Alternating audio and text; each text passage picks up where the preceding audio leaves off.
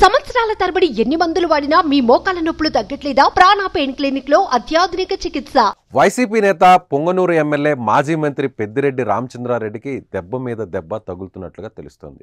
పొంగనూరు మున్సిపాలిటీలో గురువారం ఏకంగా 20 మంది కౌన్సిలర్లు అంటే మున్సిపల్ చైర్మన్ అలీం బాషాతో సహా వైసీపీని వీడారు. వారంతా అధికార తెలుగుదేశం పార్టీలో చేరిపోయారు. దీంతో పొంగనూరులో వైసీపీ ప్రభావం కోల్పోయినట్లు అయింది. వైసీపీ హయాంలో పెద్దిరెడ్డి మంత్రిగా ఉన్నప్పుడు చేసిన పని బయటకు వచ్చింది. ఇప్పుడు వీఐపీ బ్రేక్ దర్శనంలో ఒకేసారి 54 మందిని శ్రీవారి దర్శనానికి పెద్దిరెడ్డి పంపిన ఘటన ఒక్కసారిగా వెలుగులోకి వచ్చింది. తాను పంపిన వారిని దర్శనానికి అనుమతించాలంటూ ఆయన రాసిన సిఫారసు లేఖ టీడీపీ తన ఎక్స్ ఖాతాలో షేర్ చేసింది. గత ప్రభుత్వం ఉద్దేశపూర్వకంగా తిరుమల పవిత్రతను నాశనం చేయాలని చూసిందని మండిపడింది.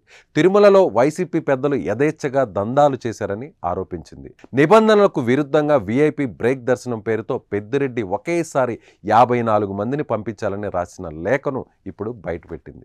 ఈ బ్రేక్ దర్శనం స్కామ్తో పాటు శ్రీవాణి ట్రస్ట్ టికెట్ కుంభకోణం పైన టీటీడీ విజిలెన్స్ విచారణ ప్రారంభించినట్లు తెలిపింది. దీంతో ఈ ఇష్యూను పెద్దిరెడ్డి ఎలా డీల్ చేస్తారనేది ఇప్పుడు ఆసక్తికరంగా మారింది.